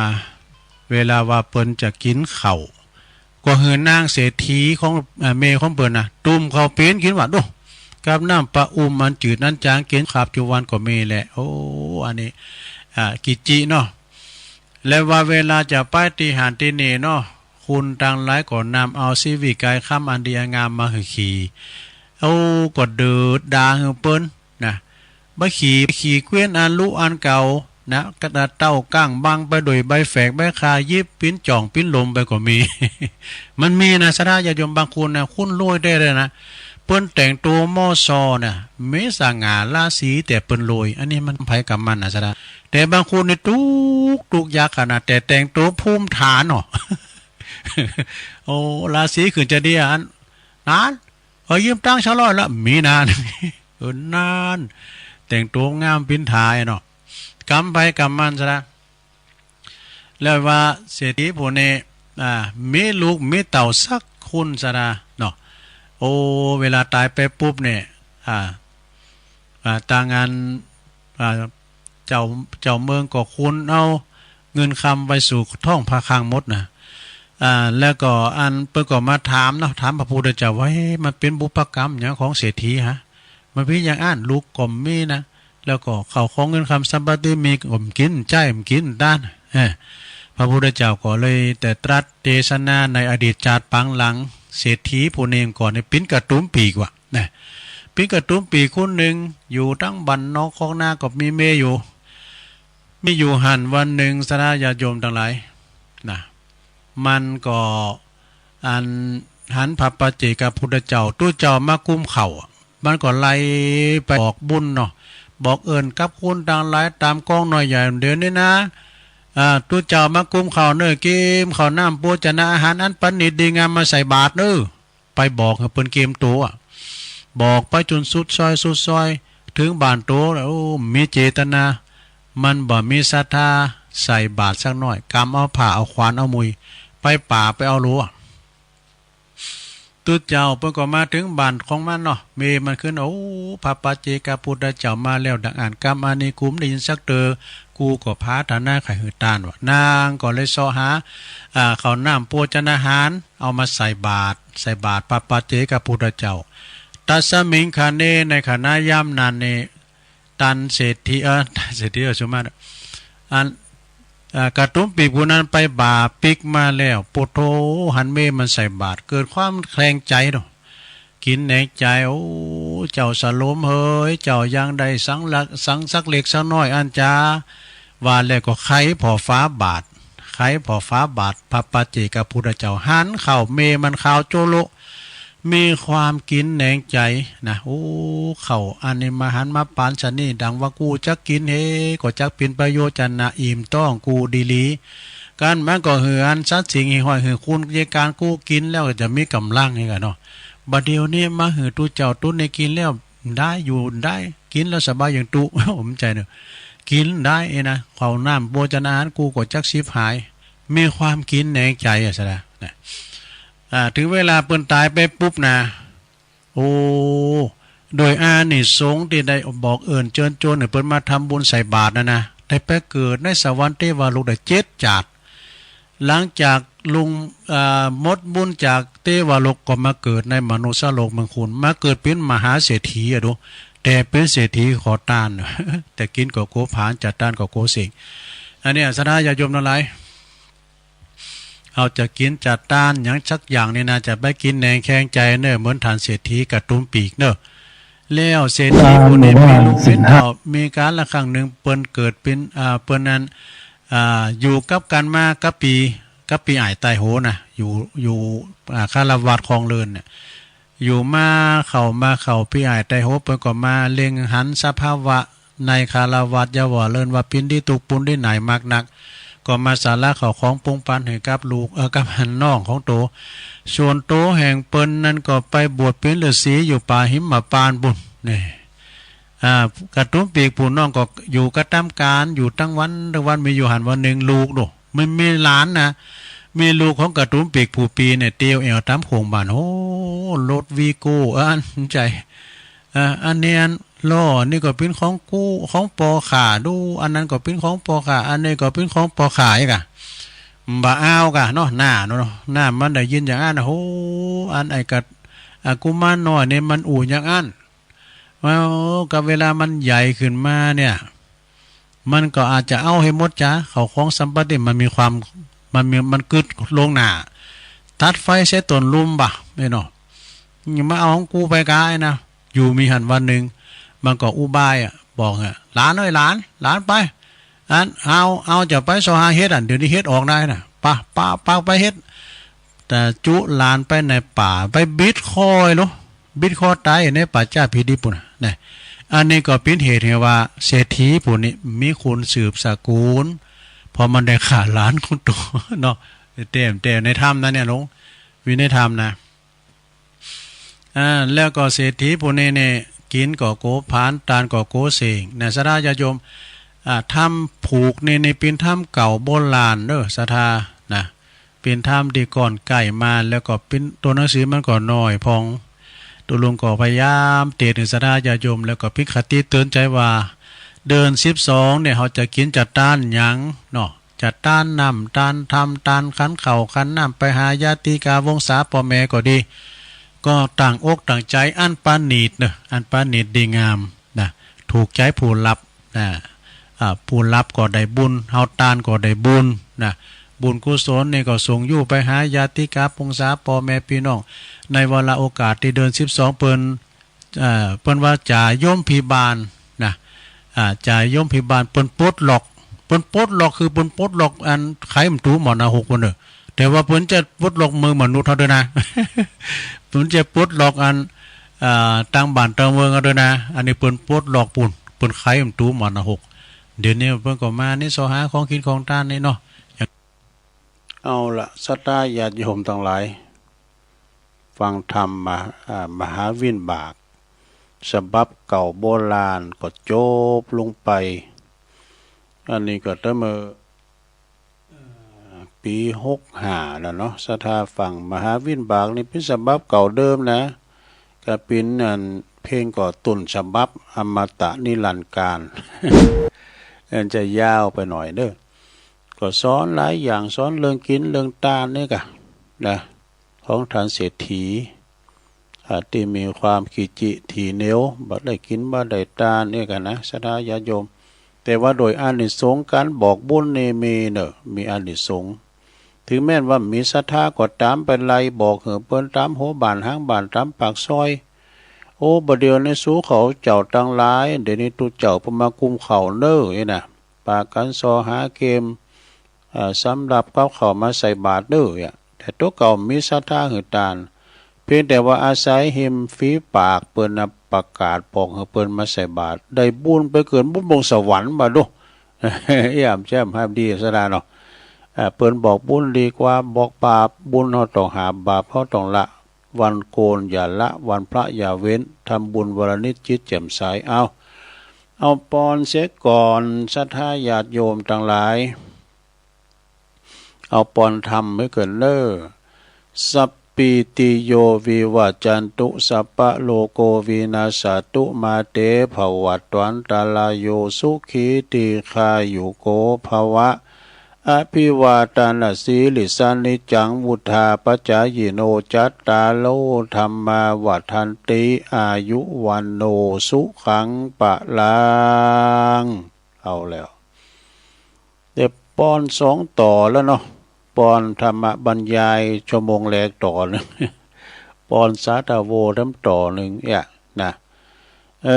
ถ้าจบรายการตุลุงก็ฟังตุลุงแดงท่านพระครูชลทานพิทักษ์วัดแม่ห้องไคร้วันนี้วันศีลปิ้นจะได้บ่โหเด้ออาจารย์พระครูอาจจะได้ปันป้อนสถามาตานจ้าหรือว่าจะได้ก็เดี๋ยวก็อดถ่าดาฟังกันไปเนาะวันนี้วันพระวันศีลบางพ้องก็เกมเนยเกมโตละนะจะไปวัดไปว่าไปตานโกเข่าก้าใส่บาตรหยาดปกตามวันละโอกาสวันพระวันศีลของกลางวาสาศีลหนานี่ก็จะเป็นศีลเดินปิงละก็จะเข่าวาสาจะได้เดินหนึ่งนะเดิน10 ปิงนี่ก็จะได้เดินหนึ่ง12 ปิงก็2 เดินเก่งปิ้งก็ออกวาสาพอดีมันไวนะแป๊บเดียวนะซะนะนั่นเขาก็ไปวัดก็3 วัน7 วันเนี่ยก็ไป7 วันก็ไปก็จะไปละกันนอกสาเขาจังหันพระสงฆ์องค์เด่นเขาก็บ่ใจหลายเปิ้นไปปินที่บาทก้ามสังฆาเนี่ยคือทางอันปินโตสัก2 เถานี่ก็โอ้เหลือฉันละนะเหลือนั้นไปก็เอาเล่งสัตตลิสานตั้งหมาก้ามสังฆาเนี่ยมันก็เฝ้าวัดเฝ้าว่าเฮาก็แล้วแต่เปิ้นเนาะสัตว์นี่มันอยู่กับวัดกับว่าดอกหมูเฮ็ดเป็ดไก่ก้ามยังก้าที่มันคืดมันจายเนาะหมูหาเล็บกัน เอาไปปล่อยวัดเป็นภาระของตุหมาก็น่ะหมาก็มาปล่อยวัดเนี่ยแต่มันก็ฮู้กุลเนาะหมาเนี่ยแหละเนาะศรัทธาญาติโยมวันพุธเฮามาปะมาปบกันทำไมเนาะพรุ่งนี้วันเสาร์วันนี้ตุลุงก็จะนำรายการจากล่าศรัทธาไปก่อนเด้อจะส่งงานให้น้องเจตังลุมดอยเด้อตังลุมดอยตังวัดปากตั้งแกเลินคูนคุมเคิงตังลุมก็เกมหับเด้อเต็ดสัญญาณไปหันเนาะตุลุงนำรายการจากล่าศรัทธาไปก่อนเด้อผิดพลาดประการใดสู่มาอภัยกับปอหน่อยปอนนั้นปอจานลำวัดนักปราชญ์บัณฑิตทั้งหลายนะวันผูกปักกันใหม่เด้อโชคดีมีใจเหมือนกันจุคนจุตันอยู่ดีมีสุขอายุหมันความยืนมีโชคมีใจเหมือนกันจุคนจุการเด้อจัตตาโลธรรมาวัฏันติอายุวันโนสุขังปะลัง